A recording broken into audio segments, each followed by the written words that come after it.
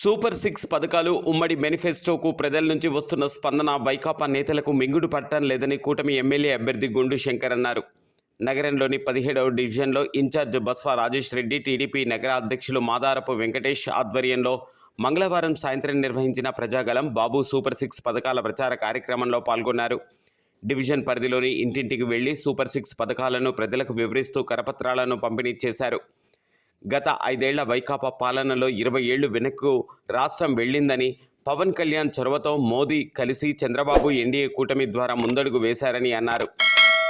కార్యక్రమంలో టీడీపీ పరిశీలకులు చింతల రామకృష్ణ, జనసేన నియోజకవర్గ convener Korada Sarveswararao, TDP, Janasena, BJP నాయకులు, డివిజన్ల ఇన్ఛార్జీలు, కార్యకర్తలు పాల్గొన్నారు.